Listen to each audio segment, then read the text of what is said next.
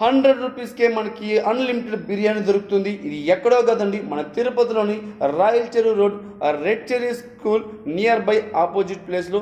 ఇక్కడైతే మనకి వాడు 3 ముక్కలు ఇస్తున్నాడు, ఒక కోడి గుడ్డుగాడు ఇస్తున్నాడు. అన్లిమిటెడ్ రైస్ ఎంత కావాలో అంత తినచ్చు. మధ్యాహ్నం నైట్ 2 టైం అవైలబుల్ ఉంటుంది. వీళ్ళ బ్రాంచెస్ అయితే తిరుపతిలో చాలానే ఉన్నాయి.